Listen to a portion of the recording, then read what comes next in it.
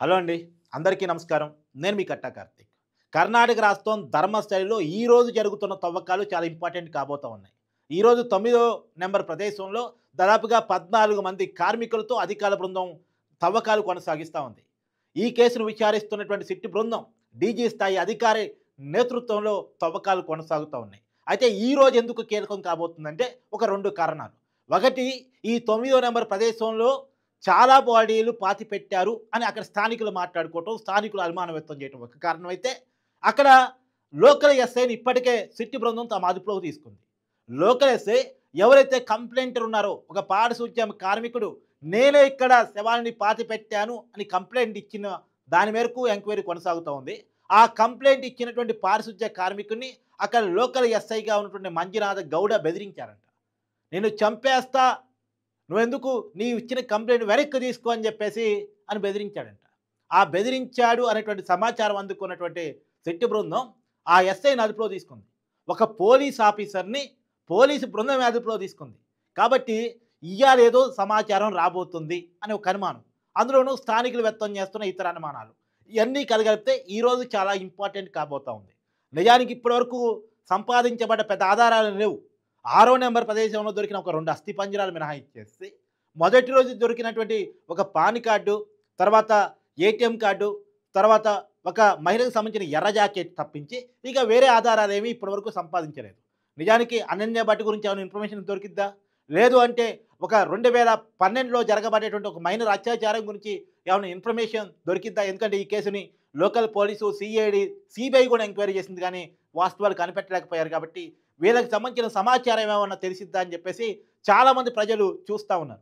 సరే, ఇప్పటికే మనం చూస్తూ ఉన్నాం, నాగరిక ట్రస్టు ఆర్టీఐ ద్వారా అడిగితే ఎంతమంది 2001 నుంచి 2011 వరకు ఈ పర్టికులర్గా ధర్మస్థల పరిసర ప్రాంతాల్లో మిస్ అయ్యారు అంటే 452 మంది,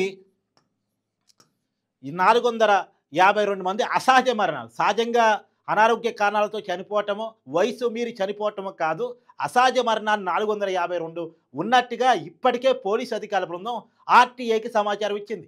నాగరిక ట్రస్ట్ ఆర్టీఐ చేస్తే ఆర్టీఐ ద్వారా వచ్చినటువంటి సమాచారం, మనం సొంతంగా చెప్తున్న సమాచారం కాదు. ఈ 452 మరణాలు ఒక 10 సంవత్సరాల కాలంలో ఒకే ఏరియాలో అసహజ మరణాలు కావటం ఏంటి అంటే ఏం జరుగుతుంది అక్కడ? అక్కడ డీ గ్యాంగ్ మీద కూడా చాలా ఆరోపణలు వస్తున్నాయి. ఈ మధ్యకాలంలో డీ గ్యాంగ్ పేరుతో చాలా అరాచకాలు జరగబోతున్నాయి. ఒక అన్నా చెల్లెల్ని సజీవ దహనం చేశారు, చాలామంది అమ్మాయిలని అత్యాచారం చేశారు అనేటువంటి వార్తలు, భయాలు, అపోహలు, అనుమానాలు అక్కడ ప్రజల్లో ఉన్నాయి. కాబట్టి వీటన్నిటికి సంబంధించిన సమాచారం బయటికి రావటం సాధ్యమవుతుందా?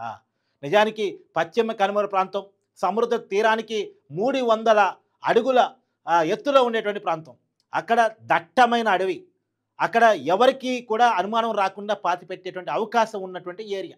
కాబట్టి అక్కడ ఏమైనా దొరుకుతుందా? నిజానికి ఇవాళ తవ్వకాలు జరుపుతున్న 9వ నంబర్ ప్రదేశం నుంచి ధర్మస్థల టెంపుల్కి 2 కిలోమీటర్ల దూరం ఉంటుందట. ఈ 2 కిలోమీటర్ల దూరంలో ఇవాళ తవ్వకాలు కొనసాగుతూ ఉన్నాయి. ఏ విషయాలు తెలుస్తాయి? ఇప్పటికే కోర్టు కూడా దీని మీద చాలా సీరియస్గా ఎంక్వైరీ చేయమని చెప్పేసి సిట్ అధికారులకి ఆదేశాలు ఇవ్వడం జరుగుతోంది. మీడియా కూడా ప్రజలకు సమాచారాన్ని ఇచ్చేటువంటి హక్కుని కల్పించడం జరిగింది. కాబట్టి ఏది ఏమైనా కొన్ని వాస్తవాల సమాజాన్ని తెలవాల్సిన అవసరం ఉంది. నిజానికి మనం ఏమనుకుంటున్నాం, ఇప్పటి వరకు పారిశుధ్య కార్మికుడు ఇచ్చిన కంప్లైంట్ మేరకు 1998 నుంచి 2014 మధ్య దాదాపు 100కు పైగా మంది అమ్మాయిలు అత్యాచారం చేయబడి పాతి పెట్టించబడ్డారు. ఆ పారిశుధ్య కార్మికుడు తన చేత్తో పాతి పెట్టానని అతనే చెప్తున్నాడు. కాబట్టి ఈ 100 మందికి పైగా అమ్మాయిలకు సంబంధించిన జాడలు తెలుస్తాయి అనేటువంటి ఒక చర్చ ముందుకు వస్తున్న క్రమంలో పాత రికార్డ్స్ కూడా ఇప్పుడు బయటకు వస్తూ ఉన్నాయి. నేను ఒక వీడియో చేశాను. 1979లోనే ఒక టీచర్ 1979లోనే ఒక టీచర్ని అత్యాచారం చేసి బాత్రూంలో తగలబెట్టేశారట. పైగా వాళ్ళ భర్త మీద కేసు పెట్టారట. ఆ భర్త నిర్దోషి నిరూపించుకున్నాడు, కానీ పోరాటం చేస్తున్నాడు. ఎవరు తగలబెట్టారో ఇప్పటివరకు తెలియదు. ఇన్ని దశాబ్దాలు గడిచిని ఎవరు తగలబెట్టారో ఇప్పటివరకు తెలియదు. తర్వాత 1986లో 17 ఏళ్ల మైనర్ బాలిక, ఒక కమ్యూనిస్ట్ నాయకుడు కూతురు, ఒక కమ్యూనిస్ట్ నాయకుడు అక్కడ ఏరియాలో పెద్దలకి వ్యతిరేకంగా ఒక ఎస్టీ కుటుంబానికి సపోర్ట్గా నిలిచినందుకు గాను ఆ కమ్యూనిస్ట్ నాయకుడి మీద పగతోటి ఆ కమ్యూనిస్ట్ నాయకుడి కూతురు ఇంటర్మీడియట్ చదువుతున్న అమ్మాయి కాలేజీ నుంచి వస్తూ ఉంటే అత్యాచారం చేసి చంపేశారట. తర్వాత ఇప్పుడు మనం ఇప్పటివరకు చర్చించుకుంటుంది ఏంది 2002 ఆ ప్రాంతంలో 2002, 3 ఆ ప్రాంతంలో అనన్య భట్ ఒక ఎంబీబీఎస్ అమ్మాయిని అత్యాచారం అంటే అత్యాచారం అని తెలియదు ఎప్పటివరకు అనన్య భట్కి అసలు ఏం జరిగిందన్న విషయం కూడా తెలియదు. నిజానికి ధర్మస్థల టెంపుల్ కోసం టూర్కి వెళ్ళింది అమ్మాయి. ఫ్రెండ్స్తో కలిసి టూర్కి వెళ్ళింది, పిక్నిక్కి వెళ్ళి దర్శనం చేసుకుంది. వాళ్ళ ఫ్రెండ్స్ షాపింగ్కి వెళ్ళారు, కానీ తను మాత్రం టెంపుల్లోనే ఉండిపోయింది.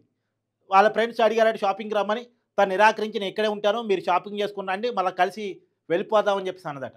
వాళ్ళు షాపింగ్ చేసుకొని తిరిగి టెంపుల్ దగ్గరకు వచ్చేసరికి అనన్య భట్ మిస్సింగ్ అని ఎంబీబీఎస్ అమ్మాయి మిస్సింగ్. ఆ ఎంబీబీఎస్ అమ్మాయి ఈ మిస్సింగు అని చెప్పేసి వాళ్ళ మదరు సుజాత భట్ కోల్కతాలో సిబిఐ ఆఫీసులో పనిచేసేటువంటి వ్యక్తి.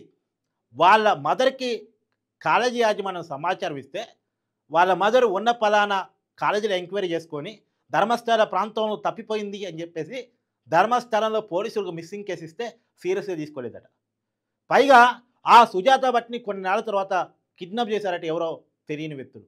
కిడ్నాప్ చేసి కొట్టారు, ఆమె కోమాలోకి వెళ్ళిపోయింది. ఒక 3 నెలల తర్వాత బెంగళూరు హాస్పిటల్లో మళ్ళీ కళ్ళు తెరిచింది, కోమాలోకి వెళ్ళిపోయి చనిపోయింది అనుకుని వదిలేసి వెళ్ళారట. కానీ కోమాలోకి వెళ్ళిపోయింది, ఎవరో హాస్పిటల్లో చేర్చారు. మొత్తానికి బెంగళూరు హాస్పిటల్లో కన్ను తెరిచింది. ఇప్పటికీ ఆమె అడుగుతా ఉంది, నా కూతురు గురించి జాడ చెప్పండి అని చెప్పేసి. ఎప్పుడు 2003, 2026లో మనం ఉన్నాం.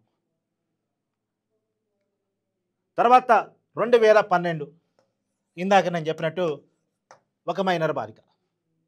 ఇప్పుడు వందల కొద్ది అమ్మాయిలు ఈ 452 గురించి పూర్తి సమాచారం తెలియదు. వందల కొద్ది కంప్లైంట్స్ నిజానికి పోలీస్ స్టేషన్లో ఉన్నట్టు సమాచారం రావట్లేదు. కానీ ఈ స్టోరీస్ అయితే అక్కడ స్థానికుల్లో చాలా ప్రధానంగా వినపడుతున్న స్టోరీస్.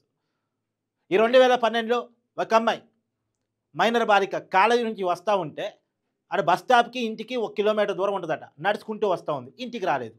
బస్ స్టాప్లో దిగింది, వాళ్ళ బాబాయ్ చూశాడు, పలకరించాడు, ఇంటికి పోతున్న బాబాయ్ అని చెప్పిందంట, కానీ ఇంటికి రాలేదు, మిస్సింగ్. ఏమైందన్నది ఇప్పటికీ తెలియదు. తర్వాత ఒకరోజు తర్వాత శవమై నేత్రావతి రివర్ పక్కన కనపడింది. ఏది ఇప్పుడు తవ్వకాలు ఎక్కడైతే జరుగుతున్నాయో అక్కడ శవమై కనపడింది. మరి ఎవరు మళ్ళీ బట్టలు లేకుండా ఎవరు అత్యాచారం చేసి చంపేశారు అన్నది ఆ రోజు కేసు. ఎవరు చంపారు అనేది ఇప్పటికీ తెలియదు. ఎవరు కొంతమందిని అప్పుడు అరెస్ట్ చేశారు, కానీ వాళ్ళు కాదుంది కోర్టు తేల్చింది. మరి ఎవరు వాళ్ళు కానప్పుడు ఎవరో ఒకరైతే చేసి ఉండాలిగా. అమ్మాయి చనిపోయింది నిజం, అత్యాచారం కాబడింది నిజం, మరి ఎవరు చేశారన్నది ఇప్పుడు తెలియదు. కాబట్టి ఈ కేసులకి పరిష్కారం వందల కొద్ది అమ్మాయిలు అనేది వదిలేద్దాం, ఈ 452 అసహజ మరణాలు వదిలేద్దాం. కానీ ఈ కేసులకు సంబంధించిన సమాచారం అయినా ఎంక్వైరీ చేస్తున్న సిట్టు బృందం తేల్చగలదా? అనన్య భట్ జాడ, ఒక టీచర్కి సంబంధించినటువంటి విషయం, తర్వాత మైనర్ బాలికలకు సంబంధించి 1986లో కేసు, 2012 కేసు తేల్చగలరా? వాస్తవాలు ప్రజల ముందు పెట్టగలరా? ఇప్పుడు సమాజం అడుగుతున్న ప్రశ్నలు ఇవి, అక్కడ లోకల్ ప్రజలు అడుగుతున్నటువంటి ప్రశ్నలు అవి. పారిశుద్ధ్య కార్మికుడు చెప్పినట్టు వందల కొద్ది అమ్మాయిలకు సంబంధించిన సమాచారాన్ని పక్కన పెట్టండి, అది నిజమైతే నిజం చెప్పండి, తేల్చండి. కానీ ఈ పర్టికులర్ కేసులో కనీసం జరిగినటువంటి అమ్మాయిలకు సంబంధించినటువంటి అత్యాచారాన్నైనా లేదు చావులనైనా మిస్సింగ్ కేసులనైనా బయట పెట్టగలరా? దీని వెనకాల ఎవరు ఉన్నారు అనేటువంటి విషయాన్ని చెప్పగలరా? ఎందుకు అక్కడ ఎస్ఐ బెదిరించే ప్రయత్నం చేశాడు పారిశుద్ధ్య కార్మికుడిని? ఎవరైతే పిటిషనర్ ఉన్నాడో, ఎవరైతే కంప్లైంటర్ ఉన్నారో అతను ఎందుకు బెదిరించే ప్రయత్నం చేశాడు? అంటే ఏదో ఉంది, ఏమీ లేకుండా ఎందుకు బెదిరిస్తాడు? అక్కడ ఎస్ఐని మంజునాథ్ గౌడ్ అట పేరు, అతన్ని ఇప్పటికే సిట్ అధికారులు తమ అదుపులో తీసుకున్నారు.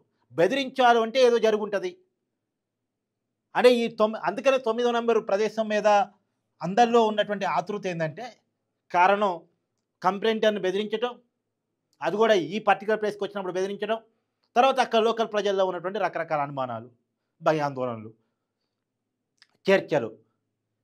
మరి ధర్మస్థలికి సంబంధించినటువంటి నిజాలు ఇవాళ ఏ మేరకు బయటకు వస్తాయనేటువంటిది మనం వేచి చూడాలి. Thank you.